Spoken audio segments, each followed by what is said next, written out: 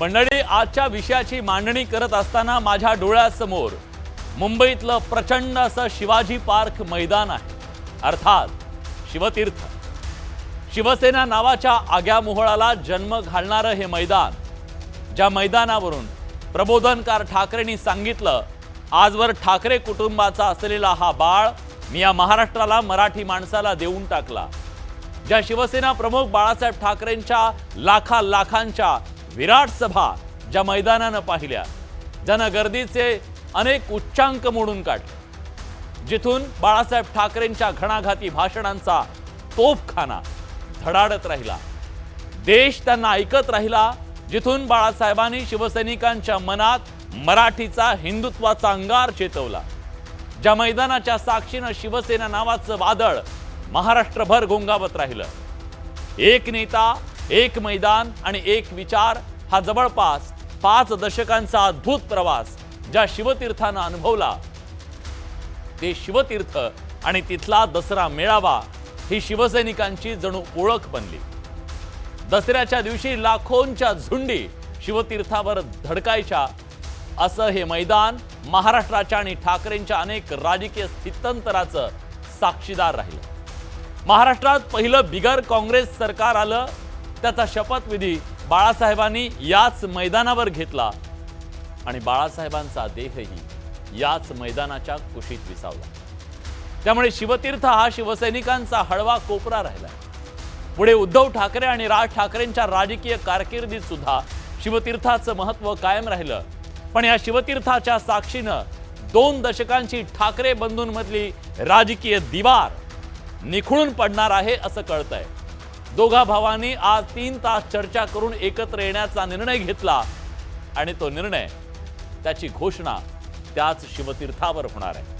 दसरा मेळाव्यात उद्धव ठाकरे आणि राज ठाकरेंना एकत्र शिवतीर्थावर ऐकण्याची पर्वणी शिवसैनिक आणि मनसैनिकांना असणार आहे. ही महाराष्ट्राच्या नव्या राजकीय समीकरणाची नांदी असेल. पण या सगळ्यातून काही सवाल निर्माण झाले. काळ बदललाय, परिस्थिती बदलली आहे. अशा वेळी 2 दशकांचं मनातलं अंतर मिटवून जवळ येणाऱ्या ठाकरेंना खरंच आज सत्ताधाऱ्यांच्या समोर आव्हान उभं करता येईल का? एकत्र येणं ही त्यांची राजकीय अपरिहार्यता आहे की त्यांची रणनीती आहे? दोघांचे भिन्न स्वभाव आहेत, काम करण्याची हटके स्टाईल आहे. एकमेकांना ती मॅच होईल का? ठाकरेंचा करिश्मा आजही टिकून आहे का? भाजपच्या बलाढ्य यंत्रणेला करिश्म्यानं मात देणं खरंच शक्य आहे का? ठाकरेंचं एकत्र येणं कुणाच्या मुळावर उठू शकतं? महाविकास आघाडीतल्या पक्षांना ठाकरेंचं एकत्र येणं रुचेल का? आणि सगळ्यात महत्त्वाचं, केवळ मुंबईत पत्रकार परिषदा घेऊन हा महाराष्ट्र पादाक्रांत करता येईल का? वर्किंग स्टाईल ठाकरेंना बदलावी लागेल का? ही चर्चा करण्यासाठी आपल्या सोबत मान्यवर पाहुणे आहेत. स्टुडिओत माझ्यासोबत काँग्रेसचे प्रवक्ते काकासाहेब कुलकर्णी आहेत. स्टुडिओच्या बाहेरून आपल्या सोबत भाजपचे मुख्य प्रवक्ते केशव उपाध्याय आहेत. केशवजी, स्वागत आहे तुमचं. आपल्या सोबत प्रकाश महाजन सर सुद्धा आहेत, मनसेचे नेते. महाजन सर, तुमचंही स्वागत आहे. शीतलताई म्हात्रे सुद्धा आपल्या सोबत आहेत, शिवसेनेच्या प्रवक्ते आहेत. ताई, तुमचंही स्वागत आहे. थोड्याच वेळात आपल्यासोबत सुषमाताई अंधारे जोडल्या जातील आणि आपल्यासोबत रविकरण देशमुख सर, राजकीय विश्लेषक, हे सुद्धा असणार आहेत. पण या चर्चेची सुरुवात मी शीतलताईंपासून करणार आहे. त्याचं कारण असं आहे, ताई, 2 भाऊ एकत्र आले, त्याचं तुम्ही नेहमी स्वागत करता, त्याच्याबद्दल काही वाद नाहीये. पण मुद्दा हा आहे, का आले असतील हे दोघं भाऊ एकत्र? काय कारण असावं? बडे साहेब, एक लक्षात घ्या, जर राजकारणामध्ये अनेक गोष्टी होऊ शकतात, घडत असतात, कधी समीकरणं कुठली कुठे जातील आपल्याला सांगता येत नाहीये. आता तर खरं तर मुंबई महानगरपालिकेचे पडघम हे बाजायला लागलेले आहेत. अजूनही त्याची जरी कुठेही चर्चा जी काही सुरू झाली ती राजकीय चर्चा सुरू झालेली आहे, परंतु ऑफिशियली अजून काही तारखा कुठल्या, कधी होणार आहे, कुठल्या महिन्यात होणार आहे, याबद्दल काहीही अजून सांगितलेलं गेलं नाहीये. तरी सुद्धा ज्या चर्चा चाललेल्या आहेत त्याच्यावर मी एवढंच सांगेन, जर कोण भाऊ एकत्र येत असतील, नक्कीच त्यांचं स्वागत आहे. जरूर त्या भावाने एकत्र यावं. परंतु एकत्र येताना आम्ही लांब का गेलो हेही कधीतरी सांगावं. कशा पद्धतीने मनसेचे 6 नगरसेवक हे उभाठाणे चोरून नेले कशा पद्धतीने राज ठाकरेंच्या पाठीत तेव्हा खंजीर खुपसला गेला याबद्दलही उत्तर महाराष्ट्राची जनतेला कधीतरी द्यावं. त्यामुळे मला असं वाटतंय कुठेतरी की उबाठाच्या पायाखालची जमीन सरकलेली आहे. त्यांना कळलेलं आहे की आपण जे मुस्लिमांचं लागू चालन इतके दिवस केलं त्याच्यामुळे मराठी मतदार कुठेतरी आपल्यापासून लांब गेलेला आहे हे त्यांच्या लक्षात आलेलं आहे. त्यामुळेच या फेऱ्या वाढलेल्या आहेत. त्याचमुळे कुठेतरी आपल्या भावाची आठवण यायला लागलेली आहे. परत आपण एकत्र यावं असं वाटायला लागलेलं आहे. हे सगळं इतकी वर्ष का बरं झालं नाही? आणि जर एकत्रच यायचं होतं तर तुम्ही लांब का गेलात?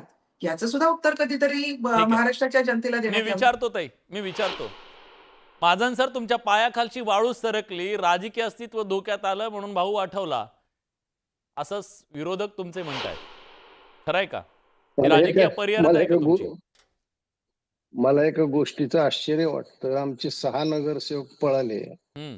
हे आम्ही जेवढं रडलो नाही तेवढे एकनाथ शिंदेची शिवसेना रडते. अहो ताई, त्यावेळेस एकनाथ शिंदेच उद्धव ठाकरेचे शिपासालार होते. त्या पापात तुम्ही सहभागी होतात आणि भावाकडून एखादी चूक झाली ती राजसाहेबांनी माफ केली, ती विसरून गेले. त्यात काय चूक झाली? आमच्या पायाखालची वाळू जर घसरली असं तुमचं वाटत असेल तर तुमचे सगळेजण तारक स्वरात का बोलतायत? आमची वाळू घसरली, काय झाली आमचं आम्ही पाहू ना. मग तुम्हाला त्याची काय काळजी करण्याचं कारण आहे? म्हणजे त्या पापात तुम्ही सहभागी होतात आणि आता तुम्ही अंग झटकून कसे मोकळे होऊ शकतात? मला असं वाटतं की 2 भाऊ एकत्र येत आहेत, याचं सगळ्यांनी स्वागत करायला पाहिजे. राजकारणात बऱ्याच आघाड्या महाराष्ट्राने या देशाने पाहिल्या. एखादी नवीन आघाडी जन्माला येत असेल, ती येईल का नाही अजून तर त्याच्याविषयी अनिश्चितता आहे. पण या गाठीभिटी वाढल्यानंतर काही त्यातून चांगलं निर्माण होईल. राजकारणात एखादी चांगली गोष्ट होत असेल तर आपण सगळ्यांनी त्याचं स्वागत केलं पाहिजे. पण मी एक प्रश्न विचारतो शीतलताईंना. ताई, मला सांगाव, राज ठाकरे तुमच्या हातून का निसटले? म्हणजे मी असं म्हणतोय की तुम्ही प्रयत्न खूप केले, महाराष्ट्राने बघितलं, खूप गोष्टी झाल्या, तुम्ही प्रयत्न केले नाहीत असं नाही, पण तुम्हाला काय वाटतं? एक लक्षात घ्या की आता ह्या फक्त चर्चा चाललेल्या आहेत. आजही संजय राऊत यांनी सांगितलं की आम्ही फक्त कौटुंबिक भेटीगाठीसाठी गेलो होतो. हा. म्हणजे अजूनही त्यांनी कुठलीही घोषणा केलेली नाही. त्याच्यामुळे आता फक्त चर्चा सुरू आहेत. जेव्हा खरोखरची घोषणा होईल त्यानंतर काय निर्णय घ्यायचा ते आमचे वरिष्ठ नक्कीच ठरवतील. ठीक आहे. पण तोपर्यंत राजकारणामध्ये कुठलीही गोष्ट ही अगदी कायमस्वरूपी नसते हे नेहमीच लक्षात घ्या. हा. त्याच्यामुळे जेव्हा इलेक्शन किंवा निवडणुका लागतील तेव्हा काय निर्णय घेतला जाईल हे मला वाटतं तेव्हा ठरेल. अजून आता ह्या फक्त आपण ज्या बोलतोय ह्या फक्त चर्चा आहेत. हे फक्त आपले अंदाज आहेत. यामध्ये नक्की जेव्हा खरोखरची घोषणा होईल त्यानंतरच आपण ठामपणे काही गोष्टी बोलू शकू. बरं, तेव्हा मी केशवजींना नक्कीच मला या प्रश्नाचं विचारायचंय. उत्तर देईन. केशवजींना मला विचारायचंय. केशवजी, मला माहिती आहे तुमचं पहिलं उत्तर काय, 2 भाऊ एकत्र आले तर आम्हाला काही प्रॉब्लेम नाहीये. पण तुम्हाला प्रॉब्लेम क्रिएट करण्यासाठी एकत्र आलेत ना ते? असं आहे विलास, मला वाटतं मी 3ऱ्यांदा याच विषयावरच्या विलासजींच्या शो मध्ये मी आता आलोय. हा. आणि त्यावेळी पण भाजपची भूमिका नेहमीच ठाम असते, आम्ही कधी बदलत नाही. त्यावेळी असं म्हणलं होतं की महाराष्ट्रामध्ये जर 2 भाऊ एकत्र येत असतील तर त्यामध्ये स्वागत आहे. कौटुंबिक स्तरावर त्यांनी यावं की नाही यावं हा त्या दोघांचा प्रश्न आहे. त्या दोघं जर कौटुंबिक स्तरावर एक कुटुंब म्हणून एकत असतील तर एक आनंद आहे, त्यात काही स्वागत दुःख त्यातनं काही इतर काही सर, अर्थ ते काढायची कुटुंब गरज म्हणून नाही. नाही, राजकारण म्हणून एकत्र येत आहेत. एक एक एक कुटुंब. एक एक- हा. एक- मी तुझ्या मुद्द्यावर येतो ना त्या. हा. दुसरा त्यातला मुद्दा असा आहे की राजकारण म्हणून यायचं की नाही ह्याचं खरं तर स्पष्ट त्यांनी द्यायची आहे. पण असं गृहीत धरून चालू की जे काय असेल जे असेल ते असेल. मुळात त्यामध्ये असं आहे की विषय भारतीय जनता पार्टीसाठी हा विषय आता कोणत्याही परिस्थितीत महत्वाचा नाही ना, महाराष्ट्राच्या दृष्टिकोनातूनही हा प्रश्न महत्वाचा नाही. या एकत्रीकरणाची लिटमस टेस्ट नुकतीच झाली बेस्टच्या निवडणुकीमध्ये. आणि आता इथं म्हणतो काय 12-13 हजार लोकांवरती तुम्ही मुंबईचं कसं ठरवता असं लगेच आमचे मित्र काही म्हणतील. मुळात असं आहे की मोठे मोठे ज्यावेळी सर्वे घेतले जातात ते सुद्धा छोट्याशा त्यांचा सॅम्पल सर्वे असाच असतो.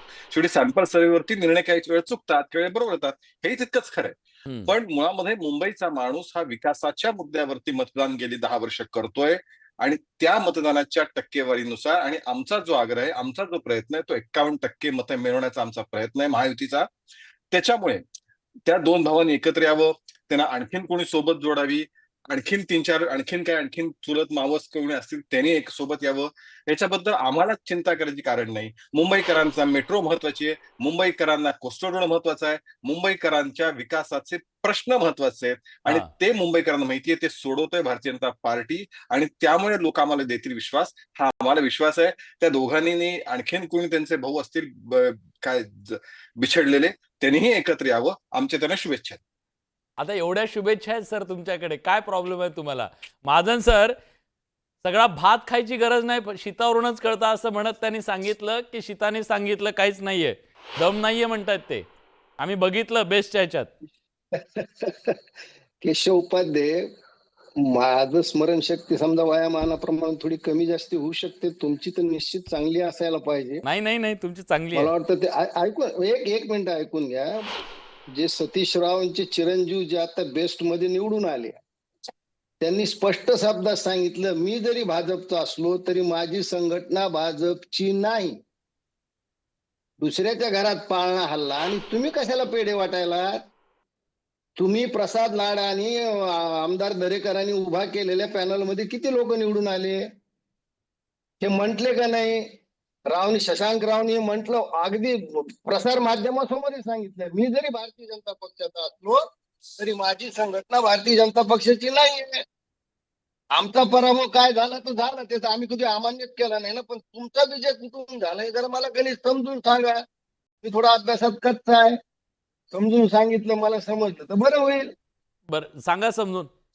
साहेब, मुळामध्ये शशांक रावांचं अर्धवट स्टेटमेंट सांगू नका. शशांक रावांनी निवडून आल्यानंतर देवेंद्रची भेट घेतली, देवेंद्रजींनी कशी मदत केली ते सांगितलं. त्यामुळे मुळात आम्ही साथ करी आलो. चला, मुळामध्ये असं आहे की ते 21 जागा आल्या, त्या ज्या काय आल्या तुमच्या म्हणण्यानुसार 7-8 आल्या. अहो पण मुळामध्ये एकही दोघं भाऊ एकत्र आल्यानंतर जो काही हवा इथं करण्यात आली होती बघा, आता सगळं चमत्कारच, पृथ्वी तलावरचा सगळ्यात मोठा चमत्कार. अशी भूमिका त्या भेटीला केली गेली होती आणि तिथे काय घडलं? ढळढळी 0-2-0 एकत्र आली आणि बेरीज काय होणार? 0. हे त्या ठिकाणी दिसलं. हे विसरून कसं चालेल आपल्याला? अहो मी तुम्हाला हे सांगलं, त्या काळामध्ये दुसऱ्याला गमवायचं काही नव्हतं. ही त्यातली परिस्थिती. आता खरं विलास या युतीचं विश्लेषण करायचं जर त्यांची झालीच खरी, तर त्याचं विश्लेषण करायचं असेल तर एका वाक्यात करायचं असेल तर एकाला गमवायचं काही नाहीये, दुसऱ्याकडे गमवण्यासारखं काही शिल्लक नाहीये. त्याच्यामुळे 2-0 किती टोचून बोलणार आहे तुम्ही? किती टोचून बोलणार आहे? नाही, वस्तुस्थिती सांगतो. टोचून असली तरी वस्तुस्थिती आहे ती. मला माझ्या विधानातला खोटेपणा काढून दाखवा, माझ्या विधानातलं लॉजिकली मुद्दे मांडून दाखवा, नाहीतर मग माझं काही म्हणणं नाही. जर भाषणच करायची तर काही करता येतात. मला सांगा, त्या काळात मुंबईमध्ये आणखी एक निवडणूक झाली, त्यात तुमचे किती आले? पोर्ट रस्त्या पथकावर तुमचे किती आले? तिथे एकत्र नव्हतेच ना, इथे एकत्र होते. चर्चा पुन्हा प्रकाशजी, मी मुंबईत राहतो, मला थोडीफार माहिती आहे. तुमच्या इतका मी तज्ञ, अनुभवी, ज्ञानी, जुना असा अजिबात नाहीये. पण मी छोटा कार्यकर्ता आहे. त्या कार्यकर्ता म्हणून मला जे ज्ञान आकलन आहे त्याच्या आधारावरती मी मुद्द्यावरती बोलतोय. जर आपण मुद्द्यांवरती चर्चा केली तर ती अधिक प्रभावी होईल. पण केशवजी, राजकारणाचा तुमचा अनुभव आहे, तुम्ही पत्रकारिता सुद्धा केलेली आहे. एका एवढ्याच्या ह्याच्याहून आता ही डायरेक्ट त्यांची ती युतीचीच लिटमस टेस्ट म्हणून अन्यायकारक नाही का होणार आहे? एक मिनिट विलासराव, मी सांगतो. चला विलासराव, एक मिनिट. असं काही करून चालू याचं उलट चित्र आलं असतं. तर काय चित्र, काय कशा पद्धतीने आनंदोत्सव या पृथ्वीला दिवाळी 4 महिने अगोदर साजरी, 2 महिने अगोदर साजरी केली असती. झालं, आता महाराष्ट्र जिंकला. कारण या स्तरावरती ज्या पद्धतीचं आपण त्या मराठीच्या मुद्द्यावरती म्हणून एकत्र आल्याचं सांगितलं गेलं आणि ज्या पद्धतीचं वातावरण निर्मिती करण्याचा प्रयत्न केला गेला की झाला, मी जिंकलोच सगळं, आता पूर्ण महाराष्ट्र आम्ही जिंकलाच आहे, असं तुम्हीच केलं. त्याचं उत्तर आहे. आम्हाला काही म्हणणंच नाहीये एकावर लिटमस टेस्ट करायची की नाही, आमचं म्हणणंच नाहीये. मी त्याला म्हटलं की मुळामध्ये सॅम्पल सर्व्हे मोठ्या याचा असाच असतो. त्या सॅम्पल सर्व्हेचा तो अंदाज होता, तो आपल्याला आला. दुसरं असं आहे की कोणी संपत नसतं, शेवटी प्रयत्न खरंच करायची तयारी दोघांची आहे का, हा खरा प्रश्न आहे. बर, ठीक आहे. म्हणजे तिकीट टाइमपासला म्हणून तर भेटले नाहीत, हे तर नक्की. विलासजी, हे काय तुम्ही आमच्यावर आरोप करता आणि आम्हाला उत्तर देऊ देत नाही? हा बरं, बोला. आमचं शून्यच होतं तर माननीय पंतप्रधान मोदीच्या सभेत आम्हाला का बोलावलं? का लोकसभेत आमचा पाठिंबा घेतला? उत्तर द्या ना आता तुम्ही. आता मला आता गंमतच आहे. नाही नाही यांनीच दादा, प्रश्न काढला. एकाच्या पुढे शून्य लावल्यावर किती होतात हे त्यांना माहित आहे ना. अरे उत्तर देतो. माझं म्हणणं हेच आहे, अहो, खरंच भारी आहे. प्रकाशजी आता मला महत्व तुम्हाला प्रश्न ते सांगायला इथे पाहिजे का? विचारला पाहिजे. शून्याचं महत्व ज्यांनी तुम्हाला ज्यांनी सांगायला पाहिजे का मी? बिनशर्ट असं म्हणून 3दा हेटाळणी केली, त्यांच्याचकडे हे अहो, गेले. आम्ही तुमच्यासाठी अहो, हेटाळणी 3दा सहन केली. आत्ताच्या आत्ता त्याच भारतीय लोकसभा जनता निवडणुकीमध्ये पक्षासाठी हेटाळणी 3 सहन वेळा केली. बिनशर्ट हे बघ, अशी केशव, हेटाळणी केशव मला केली बोलू गेले दे. होते. नाही, नाही. संपले केशव, तुम्ही मला एक मिनिट, बोलू एक- दे. एक- हे एक जण, माझं एक- नाही. एक जण, उद्धव एक- एक जण. ठाकरेंचं नाही, विधान नाही, असं आहे. नाही आदित्य चालणार. ठाकरेंचं मी बोलत विधान आहे. असताना मध्ये मी नाही बोलायचं. संपलेल्या हे पक्षावर बिलकुल बोलत नाही नसतो. चालणार. हे हे मी बिलकुल बोललो नाही, नाहीये. बिलकुल नाही. हे उद्धव ठाकरे तुम्हाला बरं जाऊ बोलू दे. द्या. हे केशवजी बोलले तो. केशवजी त्यांचं ऐका, ते काय म्हणतायत, बिलकुल नाही. शून्याला जर किंमत नाहीये पण एकाच्या पुढे शून्य लावला की 10 होतात ना. ते एक आणला अहो, पाहिजे मी ना त्यासाठी. सांगतो. मी तुला तेच बरं ठीक आहे, सांगतोय. मला आणखीन साहेब, 3 पाहुणे जोडले गेलेले आहेत. मला काही त्यांना म्हणले पण घेऊ द्या आता चर्चेमध्ये. सुषमाताई अंधारे जोडले गेले आहेत आपल्यासोबत. रविकिरण देशमुख सर सुद्धा आहेत. उत्तर देऊ द्या. रविकिरण सर मला तुमचं, प्रश्न- हा तुम्ही बोला सर बोला.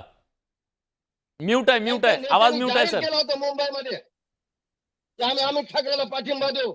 नाव सांगू मी? त्यांनी मराठवाड्याला रविकिरण सर. हे करू नये, चॅलेंज देऊ नये. शिंदेने जाहीर केलं. विश्वासघाताचं राजकारण तुम्ही सुरू केलं, आम्ही नाही केलं.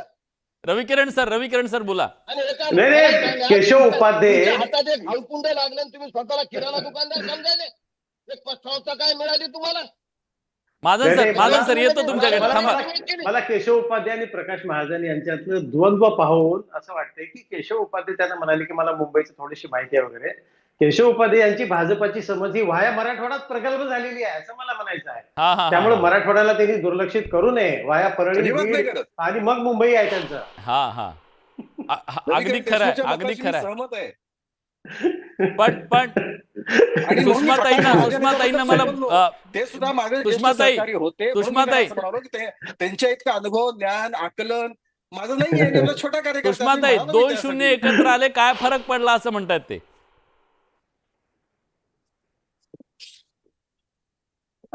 मला असं वाटतं की मी जरा चर्चेत थोडीशी उशिरा सहभागी झाले, त्यामुळे हो. केशवजी कुठल्या मुद्द्यावर भांडत होते ते काही मला कळलं नाही. पण एक निश्चित ते काहीतरी सांगत होते की याने टीका केली, त्याने टीका केली आणि त्यांनी यांच्यावर टीका केली. तर आमच्या मराठवाड्यात एक म्हण आहे बरं का, भांडणात कधीच कुणीच कुणाला गुळ खोबरं देत नाही. एक हा दुसरी एक म्हण आमच्याकडे आहे की चिखलाला पाणी तुटत नाही किंवा पाण्यात काठी मारल्याने पाणी 2 तुकडे होत नाहीत, पाणी दुभंगत नाही. आता जर उपाध्येजी म्हणतायत त्याच न्यायाने जर पुढे जायचं असेल तर मग किरीट सोमय्याने ढिगाने ज्यांच्यावर आरोप केले, बाकीचं सोडा, पण स्वतः देवेंद्रजींनी दादा तो चक्की पिसिंग म्हटलं किंवा भुजबळ साहेबांच्या बद्दल जे काही स्टेटमेंट केले, नितेश राणे आणि देवेंद्रजी यांनी जे एकमेकांच्या साठीची रंगपंचमी खेळली, हे सगळं जर बघितलं तर मग किती मुद्दे काढता येतील. पण मला त्याच्यात जायचं नाही. मला असं वाटतंय की त्यांनी फार अस्वस्थ होऊ नये. मी त्यांच्या भावना समजू शकते. पण तुम्हाला पाणी घ्या, अस्वस्थता कुठं दिसली, आराम चेहऱ्यावर करा. का कशावर? आणि आपण हे खूप अतिशय प्रीमॅच्युअर म्हणतोय, आपण खूपच प्रीमॅच्युअर म्हणतोय. अजून खूप लांब सगळ्या गोष्टींना अवकाश आहे.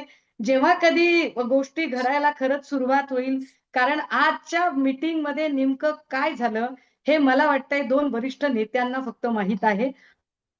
आणि त्या तुम्हाला 2 माहित नाही वरिष्ठ याच्यावर नेते आमचा विश्वास नाही जोपर्यंत ना. अधिकृतपणे यावर काही बोलत नाही त्यावर आम्ही तुम्हाला माहित नाही याच्यावर Sorry, आमचा काय विश्वास म्हणालात? नाहीये. सांगायचं नसेल तर सांगू नका ताई, पण तुम्हाला माहित नाही असं होऊच शकत नाही. आता Strategy तुम्हाला असेल अजून एक तुमची. सांगितलं पाहिजे. मला मी पुन्हा एकदा सांगितलं पाहिजे की जेव्हा एखाद्या घटनेचा, एखाद्या निर्णयाचा परिणाम हा फक्त 2 व्यक्तींवर किंवा त्यांच्या 2 संघटनेवरच नाही, तर त्यांचे अनुयायी, कार्यकर्ते, समर्थक, मतदार, जवळपास तो अख्ख्या राज्यावर जेव्हा परिणाम करणारी एखादी घटना असते, तेव्हा अशा मोठ्या घटनेच्या संबंधातली उद्घोषणा करण्याचा अधिकार हा निश्चितपणे तो शीर्ष नेतृत्वाचा अधिकार असतो. त्यावर माझ्यासारख्या छोट्या कार्यकर्त्यांनी बोलू नये. आणि मी छोटा कार्यकर्ता आहे बरं का, मी काही नवनाथ बन नाहीये. म्हणजे बनला अगदीच म्हणजे अचानक असे पंख वगैरे फुटून त्या दिवशी आमच्याकडे पुण्यात पण बन फार मी असा नेता आहे नाही, तसा आता नेता ती आहे इथे तर नाहीये, माझी ती काही इथे आल्यावर नेतेगिरी नाही. आपण आम्ही बोलू साधी नंतर छोटे कार्यकर्ते ती आहोत. चर्चा करू. आम्हाला हा, पक्षाने जेवढी भूमिका सांगितली तेवढीच अदा करतोय. ठीक आहे. तुम्ही म्हणता याचे सगळ्याचे हा. परिणाम होणार आहेत ताई. माझ्यासोबत आता काकासाहेब कुलकर्णी आहेत. काकासाहेब, खरं तर तुमच्या युतीला तुमच्या महाविकास आघाडीला भाजप, शिवसेना हे सगळेजण म्हणायचे अनैसर्गिक युती आहे. या अनैसर्गिक बंधनातून बाहेर पडण्यासाठी उद्धव ठाकरे पुढे जात आहेत असं तुम्हाला वाटतंय, की राज ठाकरेंना सोबत घेणं तुम्हाला चालतंय, काय प्रॉब्लेम नाहीये? मुळात एक लक्षात घेतलं पाहिजे, आतापर्यंत उद्धव ठाकरे आणि राज ठाकरे यांच्या आतापर्यंतच्या झालेल्या एकूण 3 भेटी जर आपण बघितल्या, या तिन्ही भेटी ह्या घरगुती कारणासाठी झालेल्या भेटी आहेत. त्यांची पहिली झालेली भेट ही 5 जुलैची वरळी डोममधला जो कार्यक्रम त्यांचा झाला मराठी दिनाचा, ती पहिली भेट त्यांची. त्यानंतर उद्धव साहेबांच्या वाढदिवसानिमित्त झालेली दुसरी भेट आणि तिसरी भेट गणपतीच्या निमित्तानं उद्धव साहेब राजसाहेबांच्या ज्या घरी गेले विथ फॅमिली, अशा 3 भेटी. आणि आजच्या भेटीच्या नंतर ज्या महाराष्ट्राच्या राजकारणात वावडे उठायला सुरुवात झाली की ते महाविकास आघाडीतनं बाहेर पडतायत किंवा ते विरोध करतायत, असं अजिबात नाही आहे. ज्या पद्धतीनं उद्धव साहेबांनी, हे महाविकास आघाडीचे मोठे नेते आहेत, त्यांनी आमच्या शीर्ष नेतृत्वाला, राष्ट्रवादीच्या नेतृत्वाला हे सांगून त्यांच्याशी चर्चा मसलत करून अशा पद्धतीच्या ते घोषणा करतील. राज्याचे माजी मुख्यमंत्री मला उभे सांगा, राहिलेले आहेत. काँग्रेसला प्रॉब्लेम आहे की नाही? आपण बाकी सगळं नाही, बोलू नंतर. निश्चितपणे एक लक्षात घ्या. मनसे दोन मला बोलू ठाकरेंनी द्या. एकत्र येणं, मला काँग्रेसला प्रॉब्लेम आहे की नाही, मला एका मुद्द्यावर बोलू द्या, मी पुढच्या मुद्द्यावर यायलाच तयार आहे. हा, निश्चितपणे याबद्दलच्या सगळ्या घडामोडीवर आमचे वरिष्ठ, राष्ट्रवादीचे वरिष्ठ लक्ष ठेवून आहेत. याबाबतची चर्चा जोपर्यंत होणार नाही तोपर्यंत यावर अधिकृतपणे बोलणं हे उचित राहणार नाही.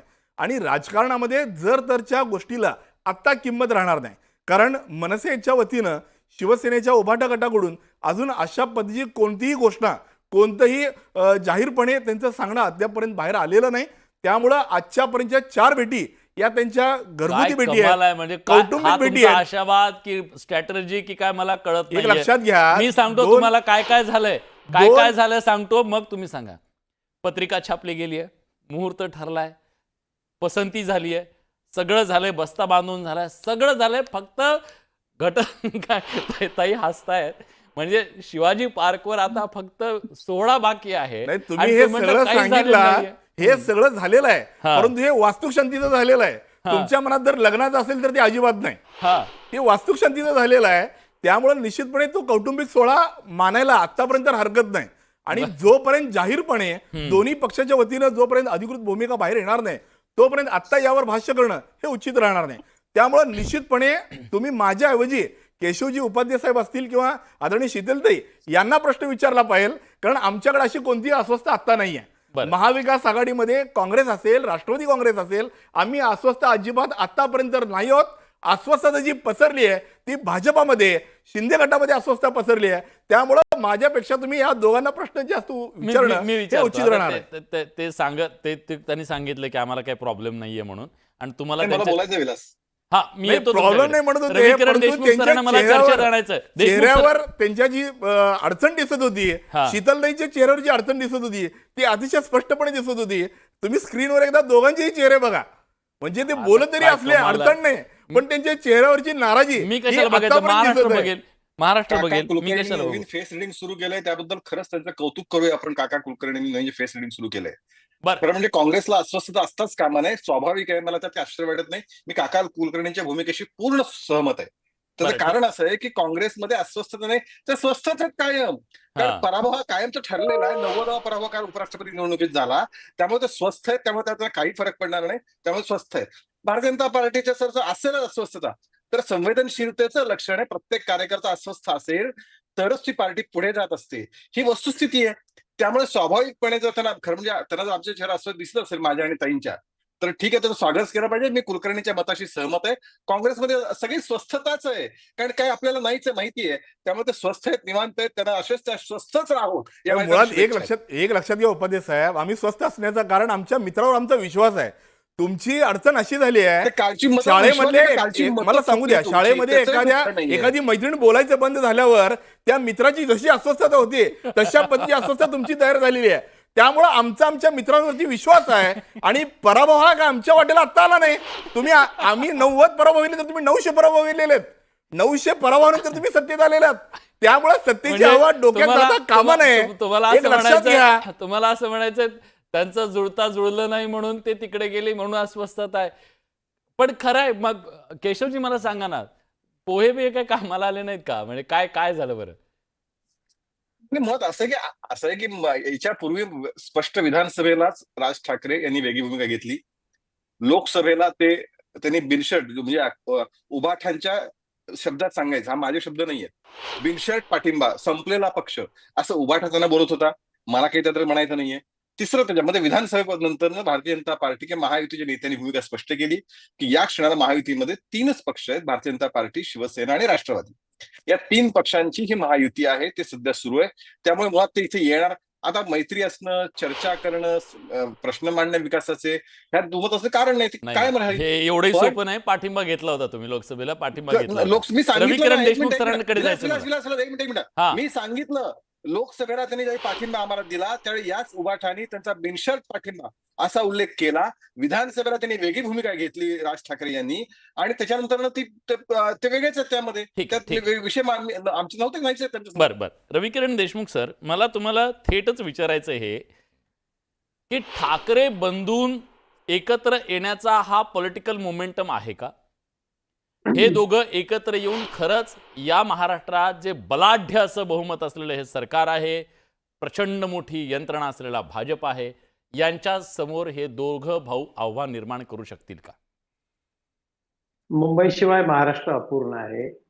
मुंबईची सत्ता मिळवण्याची जिद्द भाजपाने वारंवार व्यक्त केलेली आहे. महापौर आम्हाला बसवायचा आहे. त्यामुळं मुंबई कुठल्याही परिस्थितीमध्ये जिंकल्याशिवाय राहायचं नाही अशा पद्धतीची तयारी भाजपा करतोय. त्यामुळं ठाकरे बंधू काय करतात याच्याकडे त्यांचं बारीक लक्ष आहे. आणि राज ठाकरे भलेही उद्धव ठाकरेंना प्रतिसाद देत असोत, एकत्र येत असोत, चर्चा करत असोत. आजची तर बैठक राजकीयच होती, ती काही कौटुंबिक नव्हती. कारण पदाधिकारी उपस्थित होते ना तिथे. हो. पदाधिकाऱ्यांच्या समोर कौटुंबिक भेट होत नसते. तर आज नक्की चर्चा त्यांची काहीतरी झाली असणार. प्रभाग रचना कशी झाली आहे, त्याला आव्हान द्यायचं का, आपले एकमेकांचे वॉर्ड कसे सुरक्षित आहेत का ते तोडले गेले आहेत का, आपल्या हक्काची मतं विखुरली गेली आहेत का, वगैरे वगैरे. आता हे सगळं होत असताना भाजपा शांत बसणं शक्य नाही. पण तरीही भाजपला अजूनही वाटतं, महायुतीला त्यातल्या त्यात, की राज ठाकरे अजूनही काहीतरी वेगळी भूमिका घेऊ शकतात. म्हणून ते सातत्याने त्यांच्या संपर्कात असतात राज ठाकरेंच्या. आणि राज ठाकरेंवर त्यांचा काही फारसा राग आहे, नाराजी आहे, असं काही ते दाखवत नाहीत. तर यातनं असं दिसतं की महायुतीला अजूनही आशा आहे की राज ठाकरे वेगळी भूमिका घेतील का निवडणुकीच्या आधी, ते वेगळे लढतील का, आणि ते वेगळे लढत असतील तर त्याच्यात आपला फायदा आहे. आणि आहेच, 2 ठाकरे एकत्र आला की फरक पडतोच. कारण महाराष्ट्रामध्ये 2 ठाकरेंचा प्रभाव मुंबईत अधिक पडतो. हे सूर्यप्रकाश इतकं स्वच्छ आहे. कारण 1966ला शिवसेनेची स्थापना झाली. त्यानंतर शिवसेनेची वाढ, विकास सगळं मुंबईत झालेला आहे. मुंबईमध्ये त्यांना मानणारा मतदार आहे. 20 पैकी 10 आमदार त्यांचे निवडून आलेले आहेत. तर याच्यावरूनच हे स्पष्ट आहे. विलास. ठीक आहे. ताई, मला एक सांगा, चॅलेंजेस तुमच्या समोर काय दिसत आहेत? म्हणजे सातत्यानं असं म्हटलं जातं, म्हणजे सुषमाताई तुम्हाला विचारतोय की ठाकरे केवळ मुंबईमध्ये पत्रकार परिषदा घेतात, मग मुंबईत नुसत्या पत्रकार परिषदा घेऊन महाराष्ट्र पादाक्रांत करणं कसं शक्य आहे, असे अनेक प्रश्न विचारले जातात. वर्किंग स्टाईलबद्दल प्रश्न विचारले जातात. दोघं भाऊंची वर्किंग स्टाईल वेगळी आहे, स्वभाव वेगळे आहेत. हे चॅलेंजेस आहेत का तुमच्या पुढे? नाही, मला अजिबात असे काही चॅलेंजेस वाटत नाहीत. त्याचं कारण असं आहे की ज्यांना हे प्रश्न अचानक पडताहेत, तीच लोक गेली 25 वर्ष आमच्या सोबत, आम्ही तुमचे राज्यात छोटे भाऊ म्हणून आमचं बोट धरून वावरत होती. त्यामुळे तेव्हा त्यांना ते प्रश्न कधीच पडले नाहीत की अरे हे राज्यभर कसं काय असणार. पण एक आहे, ठाकरे बोले आणि राज्य हले, ही जी परिस्थिती आहे ही वंदनीय बाळासाहेबांच्याही काळात होती, ती आत्ताही होती. कितीही काहीही म्हटलं तरी सुद्धा ठाकरे भेटतात. बघा, पहिल्यांदा भेटणं, त्याची ब्रेकिंग होणं मी समजू शकते. आता भेटी वारंवार होणार आहेत आणि माध्यमांच्या स्क्रीनला ती सवय लागणार आहे एका फ्रेम मध्ये दोघांना दाखवायची. पण तरी सुद्धा प्रत्येक भेटीची ब्रेकिंग होणं आणि त्याने स्क्रीन व्यापणं, ही जी गोष्ट आहे ही कितीही केशवजींनी म्हणजे अगदी आत्म्याच्या तळाशी दडवून ठेवली तरी ते कुठेतरी ते चलत राहतं रात किड्यासारखं, की आवाज कुठून येतंय ते कळत नाही, पण किरकिरतंय नक्की. तो त्रास होतो. हा एक भाग आहे. दुसरं असं, की काय आम्हाला चॅलेंज असणार आहे बरं? हा कारण राज्यभर ज्या पद्धतीने काम करायचं आहे, अहो सरकारमध्ये एवढा सगळा मोठा आम्हाला धोका दिल्यानंतर भाजपाने चक्क 40 लोक पळवून नेले. 50-50 खोक्यांचा कार्यक्रम झाला. बरं एवढं सगळं झालं पण त्यांच्याशी इमानदारी केली नाही. आता ज्या पद्धतीने शिरसाटवर एसआयटी लावलेली आहे किंवा भुमरेच्या ड्रायव्हरची प्रॉपर्टी निघालेली आहे किंवा अगदी ठरवून भाजपा स्वतःसोबत आलेल्या पक्षांचा जी गेम करते, ते गेम कसे चालू आहे ते अनेक अनेक त्याचे नंबर ऑफ तुम्हाला काय मी त्याच्यात त्याचे भांडणं एक्झाम्पल्स लावायचे देऊ का? शकते. त्यामुळे आम्हाला काही उलट आमचा आनंद याच्यात आहे, की राहुल गांधीजी यांच्यासारखे अत्यंत समंजस, जे कुठेही विनाकारण रडत नाहीत, कारण नसताना ते कसलेच भावनिक मुद्दे काढत नाहीत, जे प्रचंड विजनरी मुद्दे मांडतात. यांनी कितीही टवळकी करायचा प्रयत्न केला तरी राहुलजींनी जे मुद्दे मांडले त्या मुद्द्यांनी अर्ध्यापेक्षा जास्त भारत प्रभावित होतो. यांनी काहीही म्हटलं तरी सुद्धा पण त्या काँग्रेस राहुल असेल, गांधींची साथ तुम्ही शरदचंद्रजी सोडणार का? पवार जर त्यांनी साहेबांची आक्षेप राष्ट्रवादी घेतला असेल. तुमच्या मैत्रीवरती ताई, तर राहुल गांधींची हा. साथ तुम्ही सोडणार का मग? कारण आज आमच्याकडे बातमी आली आहे तशी. मला काय म्हणायचंय, राहुलजींची आम्ही साथ सोडणार आहोत किंवा नाही सोडणार आहोत. माध्यमे किंवा माध्यमांवरचे पॅनलिस्ट म्हणजे मी मगाशी अजून एका वाहिनीवर होते तेव्हाही मी हे म्हटलं, हा की काँग्रेसचं काय होणार असे सतत प्रश्न विचारण्यापेक्षा या सगळ्यांनी भाजपचं काय होणार इकडे जरा म्हणजे जे रॉकेट लावले ना तुम्ही दिवाळीच्या आधीचं, ते रॉकेट थोडंसं जरा देवेंद्रजींच्या दिशेनं त्याचं टोक करा ना.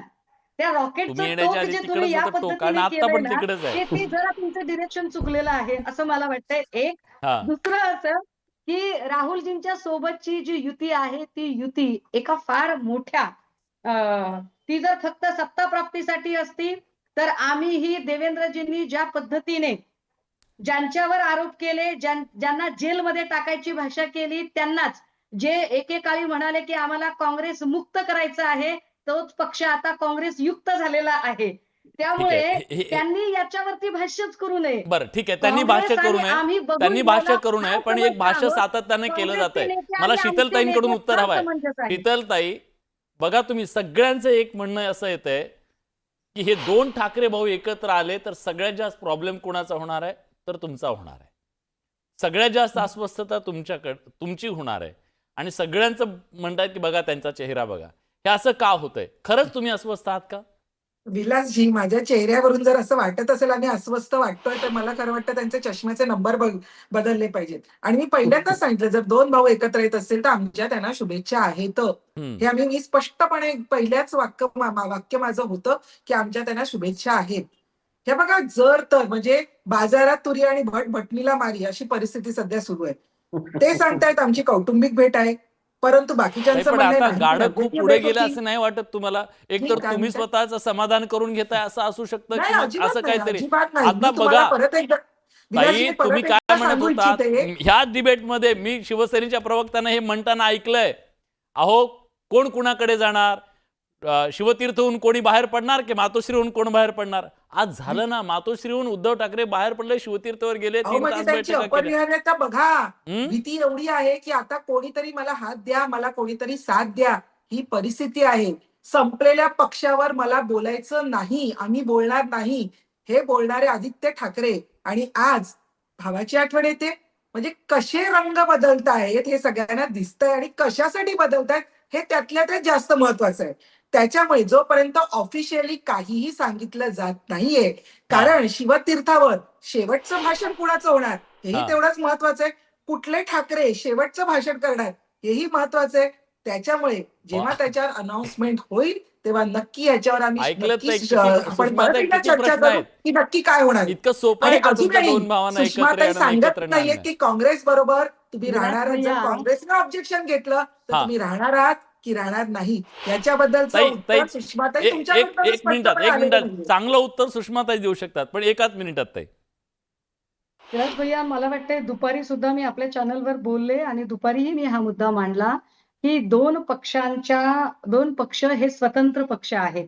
त्या पक्षाचे स्वतंत्र नेते आहेत, त्यांची कार्यपद्धती आहे, त्यांची संघटनात्मक बांधणी आहे.